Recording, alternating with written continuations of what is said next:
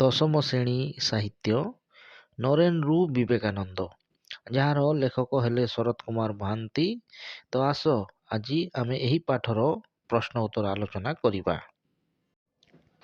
1 number, ପ୍ରାଣର ଅଭାବ ପ୍ରାଣହୀନ, ସେହିପରି କ'ଣ ହେବ ଲେଖ। ତ ତେଜର ଅଭାବ ତେଜହୀନ, ଉଦ୍ୟମର ଅଭାବ ଉଦ୍ୟମହୀନ, ଆଶାର ଅଭାବ ଆଶାହୀନ, ଆଉ ଉଦ୍ଦେଶ୍ୟର ଅଭାବ ହେବ ଉଦ୍ଦେଶ୍ୟହୀନ।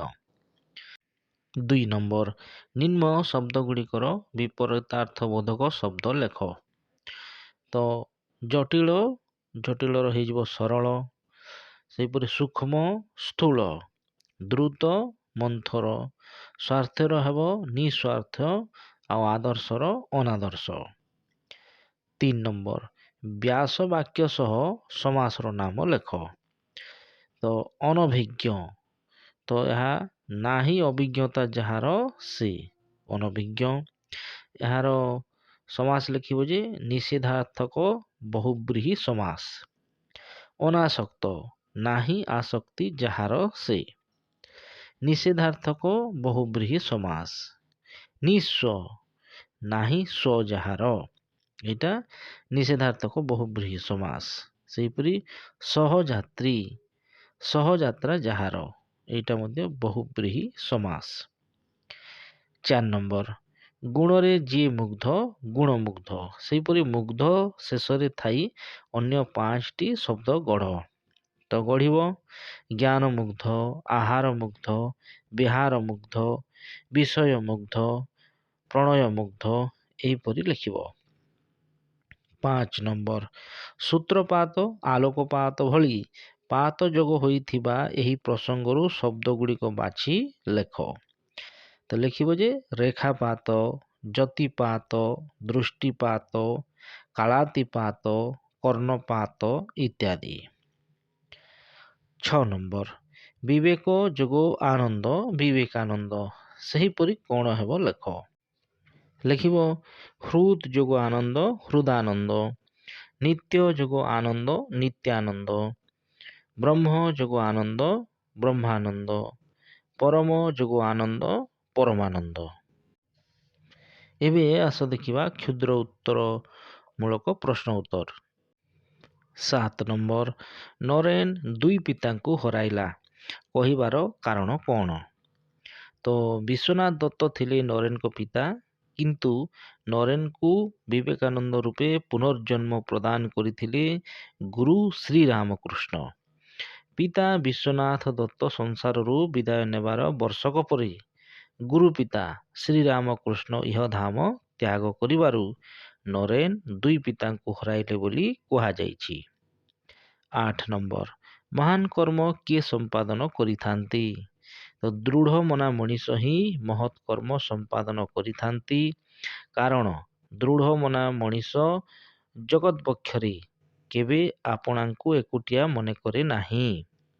ଜୀବନର ଲକ୍ଷ୍ୟ ଓ କର୍ମକୁ ଭଲ ଭାବେ ନିରୀକ୍ଷଣ କରିଥିବା ସେହି ନିଷ୍ଠାବାନ ମଣିଷ ସ୍ୱୀୟ ଦୃଢ଼ ମନୋବଳ ମାଧ୍ୟମରେ ଜଗତର ମହତ୍ କର୍ମକୁ ଏକାକୀ ସମ୍ପାଦନ କରିଥାଏ। 9 ନମ୍ବର, ନରେନଙ୍କ ମନରେ କେଉଁ ବ୍ୟାକୁଳତା ଥିଲା ବୋଲି ଲେଖକ କହିଛନ୍ତି? ତ ନିର୍ବିକଳ୍ପ ସମାଧିର ଦିବ୍ୟ ଅନୁଭୂତି ପାଇବା ନିମନ୍ତେ ନରେନଙ୍କ ହୃଦୟରେ ବ୍ୟାକୁଳତା ଥିଲା, କାରଣ ଦିନେ ଠାକୁର ଶ୍ରୀରାମକୃଷ୍ଣ ନରେନଙ୍କୁ ତାଙ୍କ ଇଚ୍ଛା ସମ୍ପର୍କରେ ପ୍ରଶ୍ନ କରିଥିଲେ। ଉତ୍ତରରେ ସେ ଶୁକଦେବଙ୍କ ପରି ଏକାଦିକ୍ରମେ 5-6 ଦିନ ସମାଧିରେ ଲୀନ ହୋଇ ପରେ ଟିକିଏ ତଳକୁ ଆସି ଶରୀର ରକ୍ଷା ପାଇଁ କିଛି ଖାଦ୍ୟ ଗ୍ରହଣ କରି ପୁଣି ସମାଧିରେ ବୁଡ଼ିଯିବାର ଇଚ୍ଛା ପ୍ରକାଶ କରିଥିଲେ। ଏଥିରୁ ସମାଧିସ୍ଥ ହେବା ପାଇଁ ନରେନଙ୍କ ପ୍ରାଣର ବ୍ୟାକୁଳତା ପ୍ରତୀୟମାନ ହୁଏ। 10 ନମ୍ବର, ସମାଧିରେ ବୁଡ଼ି ନ ଯିବା ପାଇଁ ଶ୍ରୀରାମକୃଷ୍ଣ ନରେନଙ୍କୁ କାହିଁକି କହିଥିଲେ? ତ ଠାକୁର ଶ୍ରୀରାମକୃଷ୍ଣ ଭାବିଥିଲେ ନରେନ ଗୋଟିଏ ପ୍ରକାଣ୍ଡ ବଟବୃକ୍ଷ ହୋଇ ତାର ଛାୟାରେ ହଜାର ହଜାର ମଣିଷକୁ ଆଶ୍ରୟ ଦେବ, କିନ୍ତୁ ନରେନ ତା ନ ହୋଇ ସମାଧିସ୍ଥ ହୋଇ କେବଳ ନିଜର ମୁକ୍ତିମାର୍ଗ ଖୋଜୁଥିବାରୁ ଶ୍ରୀରାମକୃଷ୍ଣ ନରେନଙ୍କୁ ସମାଧିରେ ବୁଡ଼ି ନ ରହିବା ପାଇଁ କହିଥିଲେ। 11 ନମ୍ବର ସନ୍ନ୍ୟାସର କେଉଁ ଧର୍ମକୁ ବିବେକାନନ୍ଦ ବାଛି ନେଇଥିଲେ?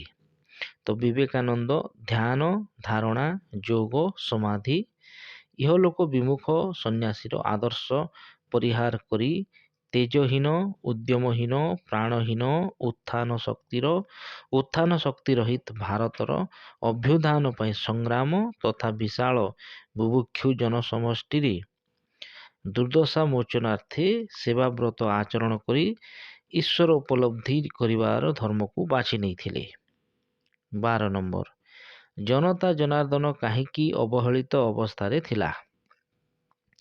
ଜନତା ଜନାର୍ଦ୍ଦନ ଅର୍ଥାତ୍ ଲୋକମାନେ ହିଁ ଦେବତା। ଏହି ଦେବତା ସଦୃଶ ଲୋକମାନଙ୍କର ସୁଖ ଦୁଃଖ ଅଭାବ ଅସୁବିଧା ବୁଝି ସେସବୁର ସମାଧାନ କରିବା ରାଜା ଓ ରାଜନୀତିଜ୍ଞମାନଙ୍କର କର୍ତ୍ତବ୍ୟ। କିନ୍ତୁ ସେମାନେ ନିଜ କର୍ତ୍ତବ୍ୟ ନ କରି ବରଂ ଜନତା ଜନାର୍ଦ୍ଦନାଙ୍କୁ ସ୍ୱୀୟ ରାଜନୈତିକ ଛଳନାର ଶିକାର କରୁଥିବାରୁ ସେମାନେ ଅବହେଳିତ ଅବସ୍ଥାରେ କାଳ କାଟୁଥିଲେ। 13 ନମ୍ବର ଇହଧାମ ତ୍ୟାଗ ପୂର୍ବରୁ ଶ୍ରୀରାମକୃଷ୍ଣଙ୍କର ଶିଷ୍ୟ ନରେନ ପ୍ରତି ଆଦେଶ କ'ଣ ଥିଲା? ତ ଇହଧାମ ତ୍ୟାଗ ପୂର୍ବରୁ ଠାକୁର ଶ୍ରୀରାମକୃଷ୍ଣ ନିଜର ତରୁଣ ଶିଷ୍ୟମାନଙ୍କୁ ନରେନଙ୍କ ହାତରେ ସମର୍ପଣ କରିବା ସହିତ ନରେନଙ୍କୁ ଜଗତର କଲ୍ୟାଣ ସାଧନ କରିବାରେ ବ୍ରତୀ ହେବାକୁ ନିର୍ଦ୍ଦେଶ ଦେଇଥିଲେ।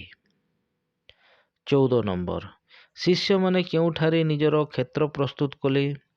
ତ ଠାକୁର ଶ୍ରୀରାମକୃଷ୍ଣ ଇହଧାମ ତ୍ୟାଗ କରିବା ପରେ ତାଙ୍କ ତରୁଣ ଶିଷ୍ୟମାନେ ନିଃସ୍ୱ ଓ ସଂସାର ଅନଭିଜ୍ଞ ହୋଇଯାଇଥିଲେ। ସେମାନଙ୍କୁ ଠାକୁରଙ୍କର ଜଣେ ଗୃହସ୍ଥ ଭକ୍ତ ଶ୍ରୀ ସୁରେଶ ଚନ୍ଦ୍ର ମିତ୍ର ବରାହନଗରଠାରେ ଥିବା ତାଙ୍କର ଗୋଟିଏ ପୁରୁଣା କୋଠା ଛାଡ଼ିଦେଲେ। ସେହି ପରିତ୍ୟକ୍ତ ଭୂତ କୋଠିରେ ହିଁ ଶିଷ୍ୟମାନେ ନିଜର କ୍ଷେତ୍ର ପ୍ରସ୍ତୁତ କରିଥିଲେ। 15 ନମ୍ବର ସ୍ୱାମୀ ରାମକୃଷ୍ଣାନନ୍ଦ ମଠ ଛାଡ଼ି ବାହାରକୁ ଯାଇନଥିଲେ କାହିଁକି? ତ ଶ୍ରୀରାମକୃଷ୍ଣଙ୍କ ତରୁଣ ଶିଷ୍ୟମାନେ ସନ୍ନ୍ୟାସୀ ହେବା ପରେ ଜଣ ଜଣ ହୋଇ ତୀର୍ଥଯାତ୍ରାରେ ବାହାରି ଯାଇଥିଲେ। ସେମାନଙ୍କ ମଧ୍ୟରୁ କିଏ କେତେବେଳେ ମଠକୁ ଫେରିବ ତାକୁ ଅପେକ୍ଷା କରି ସ୍ୱାମୀ ରାମକୃଷ୍ଣାନନ୍ଦ ଏକୁଟିଆ ମଠକୁ ଜଗି ବସିଥିଲେ। ତେଣୁ ସେ କେବେ ହେଲେ ମଠ ଛାଡ଼ି ବାହାରକୁ ଯାଇନଥିଲେ। 16 ନମ୍ବର ପ୍ରଥମ କରି ବିବେକାନନ୍ଦ କେଉଁଠାକୁ ଯାତ୍ରା କରିଥିଲେ? ତ ବିବେକାନନ୍ଦ ପ୍ରଥମ କରି 1886ରେ ପରିଭ୍ରମଣରେ ବାହାରିଥିଲେ। ସେ ହିମାଳୟ ଉଦ୍ଦେଶ୍ୟରେ ଯାତ୍ରା ଆରମ୍ଭ କରି ବାଟରେ ବନାରସ, ଅଯୋଧ୍ୟା, ବୃନ୍ଦାବନ, ଆଗ୍ରା ଓ ଲକ୍ଷ୍ନୌ ପ୍ରଭୃତି ତୀର୍ଥସ୍ଥାନ ଭ୍ରମଣ କରିଥିଲେ। 17 ନମ୍ବର ବିବେକାନନ୍ଦ ଭୋକରେ ରହୁଥିବାର କାରଣ କ'ଣ? ତ ବିବେକାନନ୍ଦଙ୍କ ପରିଭ୍ରମଣର ଉଦ୍ଦେଶ୍ୟ ଥିଲା ବିଶାଳ ଭାରତବର୍ଷ ତଥା ତାର ଦରିଦ୍ର ଜନତା ସହିତ ଘନିଷ୍ଠ ଭାବେ ପରିଚିତ ହେବା। ତେଣୁ ସେ ଅଯୋଧ୍ୟା, ବୃନ୍ଦାବନ, ଆଗ୍ରା ପ୍ରଭୃତି ସ୍ଥାନ ଭ୍ରମଣ କଲାବେଳେ ଦରିଦ୍ର ଲୋକଙ୍କର ଦୁଃଖକୁ ଅଙ୍ଗେ ନିଭାଇବା ପାଇଁ ସେ ଦିନ ଦିନ ଭୋକ ଉପାସରେ ରହୁଥିଲେ। 18 ନମ୍ବର ବିବେକାନନ୍ଦ ଉଦ୍ଦେଶ୍ୟହୀନ ଭାବରେ ପାଦରେ ଚାଲି ଚାଲି ଭାରତ ସାରା ବୁଲିଥିଲେ କାହିଁକି? ତ ଦୁଇଥର ଭ୍ରମଣ ଅଭିଜ୍ଞତାରୁ ସମାଜରେ ଜମି ରହିଥିବା କୁଢ଼ କୁଢ଼ ଆବର୍ଜନାକୁ ଦୂର କରିବାର ବ୍ୟାକୁଳତା ବିବେକାନନ୍ଦଙ୍କୁ ଶାନ୍ତିରେ ରଖାଇ ଦେଇନଥିଲା। କିଛି ବାଟ ନ ପାଇବାର କ୍ରୋଧରେ ଝଡ଼ ପରି ମଠ ତ୍ୟାଗ କରି ଉଦ୍ଦେଶ୍ୟହୀନ ଭାବେ ଚାଲି ଚାଲି ସାରା ଦେଶ ବୁଲିଥିଲେ। 19 ନମ୍ବର କେଉଁ ଘଟଣାରେ ବିବେକାନନ୍ଦଙ୍କ ହୃଦୟ ବିଚଳିତ ହୋଇଥିଲା? ତ ଭୋକିଲା ଲୋକଙ୍କର ଦୁଃଖ ନିଜ ଆଖିରେ ଦେଖି ବିବେକାନନ୍ଦଙ୍କ ହୃଦୟ ବିଚଳିତ ହୋଇ ଉଠୁଥିଲା।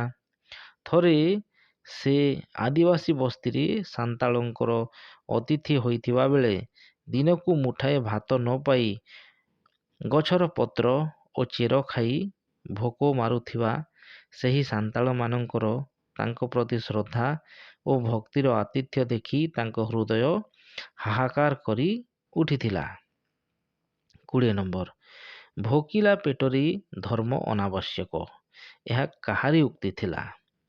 ତ ଭୋକିଲା ପେଟରେ ଧର୍ମ ଅନାବଶ୍ୟକ ଏହି ଉକ୍ତିଟି ମାର୍କସ ବା ତାଙ୍କର ଅନୁଗାମୀଙ୍କର ବୋଲି ଅନୁମାନ କରିବା ସ୍ୱାଭାବିକ ହେଲେ ମଧ୍ୟ ଯଥାର୍ଥରେ ଏ ଉକ୍ତିଟି ଥିଲା ଠାକୁର ଶ୍ରୀରାମକୃଷ୍ଣଙ୍କର। କାରଣ ଏହି ଉକ୍ତିଟିକୁ ନରେନ ତାଙ୍କ ଗୁରୁ ଠାକୁର ଶ୍ରୀରାମକୃଷ୍ଣଙ୍କ ଠାରୁ ଶୁଣିଥିଲେ। 21 ନମ୍ବର, ମଣିଷର ପ୍ରକୃତ ଶତ୍ରୁ କିଏ ବୋଲି ବିବେକାନନ୍ଦ ଭାବିଲେ? ତ ବିବେକାନନ୍ଦ ଦେଖିଲେ ସାରା ଦେଶରେ ଦାରିଦ୍ର୍ୟର ନିରଙ୍କୁଶ ରାଜତ୍ୱ। ଦି ଓଳି ଦି ମୁଠା ଖାଇବାକୁ ନ ପାଇ ଅଗଣିତ ମଣିଷ ଅର୍ଦ୍ଧାହାର ଅନାହାରରେ କାଳାତିପାତ କରୁଛନ୍ତି। ତେଣୁ ପ୍ରବଳ ପ୍ରତାପୀ ଦାରିଦ୍ର୍ୟ ରୂପୀ ରାକ୍ଷସକୁ ହିଁ ବିବେକାନନ୍ଦ ମଣିଷର ପ୍ରକୃତ ଶତ୍ରୁ ବୋଲି ବିବେଚନା କରିଥିଲେ। 22 ନମ୍ବର, ବିବେକାନନ୍ଦଙ୍କର ଅସଲି ଶକ୍ତି କ'ଣ? ତ ଚୁମ୍ବକ ଲୁହାକୁ ତା ଆଡ଼କୁ ଟାଣି ନେବା ପରି ଲୋକମାନଙ୍କୁ ଉପଦେଶ ଦେଇ ଧର୍ମ ଓ ତ୍ୟାଗ ମାର୍ଗର ପଥିକ କରାଇବା ହିଁ ଥିଲା ବିବେକାନନ୍ଦଙ୍କର ଅସଲ ଶକ୍ତି। 23 ନମ୍ବର, ଶେଷରେ ବିବେକାନନ୍ଦ କ'ଣ କରିବାକୁ ସ୍ଥିର କଲେ? ତ ଶେଷରେ ବିବେକାନନ୍ଦ ସ୍ଥିର କରିଥିଲେ ଯେ ତାଙ୍କୁ ଦରିଆ ପାରି ଯିବାକୁ ପଡ଼ିବ। ଦୁଃଖ ଦାରିଦ୍ର୍ୟ ଭିତରେ କାଳ କାଟୁଥିବା ଜନତାର ମଙ୍ଗଳ ପାଇଁ ବହୁ ସମ୍ଭାବନାମୟ ବିଦେଶ ଯାତ୍ରାରେ ଯିବା ପାଇଁ ସେ ସଂକଳ୍ପବଦ୍ଧ ହୋଇଥିଲେ।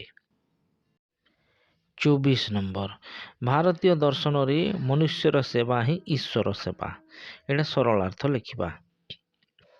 ତ ଲେଖିବ ଭାରତୀୟ ଦର୍ଶନରେ ଈଶ୍ୱର ସେବା। ତାପରେ ଲେଖିବ ଯେ ପ୍ରଦତ୍ତ ଗଦ୍ୟାଂଶଟି ପ୍ରାବନ୍ଧିକ ଶରତ କୁମାର ମହାନ୍ତିଙ୍କ ରଚିତ ଛତ୍ରପତି ବିବେକାନନ୍ଦ ପୁସ୍ତକର କିୟଦଂଶ ନରେନରୁ ବିବେକାନନ୍ଦ ଶୀର୍ଷକ ପ୍ରବନ୍ଧରୁ ଆନିତ। ଏଠାରେ ପ୍ରାବନ୍ଧିକ ଭାରତୀୟ ଦର୍ଶନର ମହାନ ବାଣୀ ମନୁଷ୍ୟର ସେବା ହିଁ ଈଶ୍ୱର ସେବା ଉପରେ ଆଲୋକପାତ କରିଛନ୍ତି। ତାପରେ ଲେଖିବ ଯେ ସମଗ୍ର ବିଶ୍ୱରେ ଭାରତୀୟ ଦର୍ଶନର ସ୍ୱତନ୍ତ୍ର ରହିଛି। ଅସହାୟ ଦୁଃଖୀ ଦରିଦ୍ରର ସେବାକୁ ଈଶ୍ୱରଙ୍କ ସେବା ସହ ସମକକ୍ଷ ଭାବେ ବର୍ଣ୍ଣନା କରିଛନ୍ତି ପ୍ରାଚୀନ ଭାରତର ମହାନ ଦାର୍ଶନିକଗଣ। ଈଶ୍ୱରଙ୍କ ସେବା ଦ୍ୱାରା ଯେଉଁ ପୁଣ୍ୟଫଳ ପ୍ରାପ୍ତି ହୁଏ, ଦୁଃଖ ଦୁର୍ବିପାକରେ ସଢ଼ୁଥିବା ଲୋକଙ୍କ ସେବା ତା ତୁଳନାରେ କୌଣସି ଗୁଣରେ ନ୍ୟୁନ ନୁହେଁ। ଏହା ଉପଲବ୍ଧି କରିଥିଲେ ସ୍ୱାମୀ ବିବେକାନନ୍ଦ। ଗୁରୁ ଶ୍ରୀରାମକୃଷ୍ଣଙ୍କ ନିର୍ଦ୍ଦେଶରେ ମାନବ ସେବାକୁ ଜୀବନର ବ୍ରତ ଭାବେ ଗ୍ରହଣ କରି ସେ ସମଗ୍ର ଭାରତବର୍ଷ ପଦବ୍ରଜରେ ଭ୍ରମଣ କରିଥିଲେ। ଜନତାକୁ ଜନାର୍ଦ୍ଦନ ଜ୍ଞାନ କରି ସେମାନଙ୍କ ସେବାରେ ଈଶ୍ୱର ଉପଲବ୍ଧି କରିଥିଲେ ସେ। ଜନତା ଜନାର୍ଦ୍ଦନ ସମ୍ପ୍ରତି ରାଜନୈତିକ ଛଳନାର ଶିକାର ହୋଇ ବହୁ କ୍ଷେତ୍ରରେ ଦୁଃଖ ଦୁର୍ଦ୍ଦଶାରେ ଘାଣ୍ଟି ହେଉଥିବା ପରିଲକ୍ଷିତ ହେଉଥିବାରୁ ଏହି ଶବ୍ଦଦ୍ୱୟ ଉପରେ ମଇଳା ଜମିଯାଇଛି ବୋଲି ପ୍ରାବନ୍ଧିକ କହିଛନ୍ତି। କିନ୍ତୁ ବିବେକାନନ୍ଦ ନର ମଧ୍ୟରେ ନାରାୟଣ ଦର୍ଶନ କରିପାରିଥିଲେ। ଦୁଃଖୀ ଦରିଦ୍ର ଜନତାଙ୍କ ମଧ୍ୟରେ ଜନାର୍ଦ୍ଦନଙ୍କ ସ୍ୱରୂପ ସାକ୍ଷାତ କରିଥିଲେ ସେ। ତେଣୁ ଭାରତୀୟ ଦର୍ଶନର ମହାନ ବାଣୀ ତାଙ୍କ କର୍ମରେ ହିଁ ସାର୍ଥକତା ଲାଭ କରିଥିଲା। ତାଙ୍କ ପାଇଁ ମାନବ ସେବା ହୋଇଥିଲା ବାସ୍ତବରେ ମାଧବଙ୍କ ସେବା। ଦର୍ଶନ ଶାସ୍ତ୍ରର ବାଣୀ କେବଳ ଉଚ୍ଚାରଣ ଦ୍ୱାରା ନୁହେଁ, ବରଂ କାର୍ଯ୍ୟକ୍ଷେତ୍ରରେ ଏହାର ପ୍ରୟୋଗ ଦ୍ୱାରା ହିଁ ସମାଜର ମଙ୍ଗଳ ସାଧିତ ହୁଏ। 25 ନମ୍ବର, ଭୋକିଲା ଲୋକଙ୍କର ଦୁଃଖକୁ ନିଜ ଆଖିରେ ଦେଖି ତାଙ୍କ ହୃଦୟ ବିଗଳିତ ହେଲା। ତ ଲେଖିବ ଯେ ଭୋକିଲା ଲୋକଙ୍କ ବିଗଳିତ ହେଲା। ପ୍ରୋକ୍ତ ପଦ୍ୟାଂଶଟି ମନନଶୀଳ ପ୍ରାବନ୍ଧିକ ଶରତ କୁମାର ମହାନ୍ତିଙ୍କ ରଚିତ ନରେନରୁ ବିବେକାନନ୍ଦ ଶୀର୍ଷକ ପ୍ରବନ୍ଧରୁ ଉଦ୍ଧୃତ। ଏଠାରେ ଲେଖକ ବିଶ୍ୱବିଜୟୀ ସ୍ୱାମୀ ବିବେକାନନ୍ଦଙ୍କ ଉଦାର ମାନବିକତା ସମ୍ପର୍କରେ ଆଲୋକପାତ କରିଛନ୍ତି। ଶ୍ରୀରାମକୃଷ୍ଣ ସ୍ୱାମୀଜୀଙ୍କୁ ତାଙ୍କ ଜୀବନର କର୍ମ ଓ ଲକ୍ଷ୍ୟ ସମ୍ପର୍କରେ ଉଚିତ ମାର୍ଗ ପ୍ରଦର୍ଶନ କରାଇଥିଲେ। ଏକଦା ନିର୍ବିକଳ୍ପ ସମାଧିର ଦିବ୍ୟାନନ୍ଦ ଲାଭ ପ୍ରାପ୍ତି ପାଇଁ ଗୁରୁ କୃପା କାମନା କରୁଥିବା ବିବେକାନନ୍ଦଙ୍କୁ ବିଶାଳ ଜନସମଷ୍ଟିର ବୁଭୁକ୍ଷା ଓ ଦୁଃଖ ଦୁର୍ଦ୍ଦଶା ଦୂର କରି ସେବା ଓ ତ୍ୟାଗ ମଧ୍ୟରେ ଈଶ୍ୱର ଉପଲବ୍ଧି ଲାଭ କରିବାକୁ ପରାମର୍ଶ ଦେଇଥିଲେ। ଗୁରୁଜୀଙ୍କ ପରାମର୍ଶ କ୍ରମେ ବିବେକାନନ୍ଦ ସାରା ଭାରତବର୍ଷ ଭ୍ରମଣ କରି ସବୁ ଶ୍ରେଣୀର ଲୋକଙ୍କ ସଂସ୍ପର୍ଶରେ ଆସିଥିଲେ। ଧନୀ ଦରିଦ୍ର ଉଚ୍ଚ ନୀଚ ଭେଦଭାବର ଊର୍ଦ୍ଧ୍ୱରେ ରହି ସେ ଜନତାଙ୍କ ହୃଦୟରେ ଜନାର୍ଦ୍ଦନଙ୍କ ରୂପ ଦର୍ଶନ କରିବାକୁ ସକ୍ଷମ ହୋଇଥିଲେ। ରାଜା ମହାରାଜାଙ୍କ ଅପେକ୍ଷା ଦୀନ ଦରିଦ୍ରଙ୍କ ଆତିଥ୍ୟ ଗ୍ରହଣ କରି ସେମାନଙ୍କ ସୁଖ ଦୁଃଖରେ ସମଭାଗୀ ହେବାକୁ ପସନ୍ଦ କରୁଥିଲେ।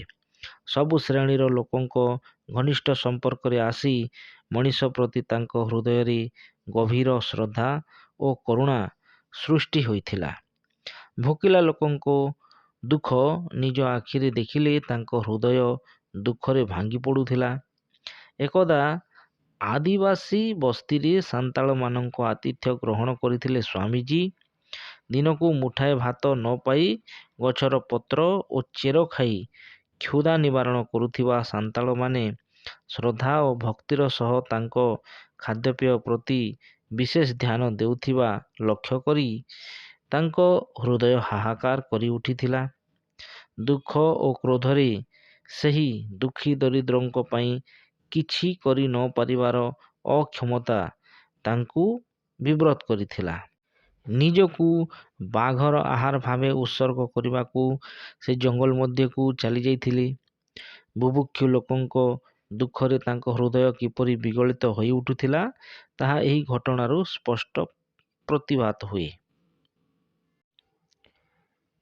26 ନମ୍ବର ଦରିଦ୍ର ନାରାୟଣଙ୍କ ସେବା ହିଁ ସନ୍ନ୍ୟାସୀର ଯଥାର୍ଥ ବ୍ରତ। ତ ଏହାକୁ ଲେଖିବ ଯେ ଦରିଦ୍ର ନାରାୟଣଙ୍କ ... ଯଥାର୍ଥ ବ୍ରତ। ପ୍ରଦତ୍ତ ଗଦ୍ୟାଂଶଟି ପ୍ରଖ୍ୟାତ ପ୍ରାବନ୍ଧିକ ଶରତ କୁମାର ମହାନ୍ତିଙ୍କ ରଚିତ ନରେନ୍ରୁ ବିବେକାନନ୍ଦ ଶୀର୍ଷକ ପ୍ରବନ୍ଧରୁ ଆନୀତ। ଏଠାରେ ପ୍ରାବନ୍ଧିକ ବିବେକାନନ୍ଦଙ୍କ ବିଚାରରେ ନରନାରାୟଣଙ୍କ ସେବା ହିଁ ସନ୍ନ୍ୟାସୀର ଯଥାର୍ଥ ବ୍ରତ ଏହା ଉପସ୍ଥାପନ କରିଛନ୍ତି। ଠାକୁର ଶ୍ରୀରାମକୃଷ୍ଣଙ୍କ ନିର୍ଦ୍ଦେଶ କ୍ରମେ ବିବେକାନନ୍ଦ ସମଗ୍ର ଭାରତବର୍ଷ ଭ୍ରମଣ କରି ବିଭିନ୍ନ ଶ୍ରେଣୀର ଲୋକମାନଙ୍କ ସଂସ୍ପର୍ଶରେ ଆସିଥିଲେ। ଦି ଓଳି ଦି ମୁଠା ଖାଇବାକୁ ପାଉନଥିବା ବୁଭୁକ୍ଷୁ ଲୋକଙ୍କୁ ଦେଖି ବିବେକାନନ୍ଦ ମର୍ମେ ମର୍ମେ ଅନୁଭବ କରିଥିଲେ ଯେ ଭୋକିଲା ପେଟରେ ଧର୍ମ ଅନାବଶ୍ୟକ। ସାରା ଦେଶରେ ଦାରିଦ୍ର୍ୟର ନିରଙ୍କୁଶ ରାଜତ୍ୱ ଓ ବୁଭୁକ୍ଷୁ ଜନତାଙ୍କ ପାଇଁ କିଛି କରି ନ ପାରିବାର ଅକ୍ଷମତା ତାଙ୍କୁ ମ୍ରିୟମାଣ କରୁଥିଲା। ଲୋକଙ୍କ ଦୁଃଖ ଦୁର୍ଦ୍ଦଶା ଲକ୍ଷ୍ୟ କରି ତାଙ୍କ ସନ୍ନ୍ୟାସୀ ମନ ବିଚଳିତ ହୋଇ ଉଠୁଥିଲା। ସନ୍ନ୍ୟାସୀ ଜୀବନର ନିତ୍ୟ ନୈମିତ୍ତିକ ଧ୍ୟାନ ଧାରଣା ସମାଧି ଓ ଇହଲୋକ ବିମୁଖତା ଆଦି ଆଦର୍ଶ ତ୍ୟାଗ କରି ସେ ବିଶାଳ ବୁଭୁକ୍ଷୁ ଜନସମଷ୍ଟିର ଦୁର୍ଦ୍ଦଶା ମୋଚନ ନିମନ୍ତେ ଦରିଦ୍ର ନରନାରାୟଣଙ୍କ ସେବାରେ ନିଜକୁ ଉତ୍ସର୍ଗ କଲେ। ସେବା ଓ ତ୍ୟାଗ ହିଁ ସନ୍ନ୍ୟାସୀର ଯଥାର୍ଥ ବ୍ରତ ବୋଲି ସେ ଅନୁଭବ କଲେ। ଦୁଃଖୀ ଲୋକଙ୍କ ସେବା ମାଧ୍ୟମରେ ସେ ଈଶ୍ୱରଙ୍କୁ ଉପଲବ୍ଧି କଲେ। ଦାରିଦ୍ର୍ୟ ରୂପୀ ଶତ୍ରୁକୁ ବିନାଶ କରିବାକୁ ଯାଇ ଜନତା ଜନାର୍ଦ୍ଦନଙ୍କ ସେବାରେ ନିଜ ସନ୍ନ୍ୟାସ ଜୀବନର ସାର୍ଥକତା ଉପଲବ୍ଧି କରିଥିଲେ ସ୍ୱାମୀଜୀ। ତ ଏହିପରି ଭାବରେ ପ୍ରଶ୍ନ ଉତ୍ତର ସବୁ ଲେଖିବ। ଧନ୍ୟବାଦ।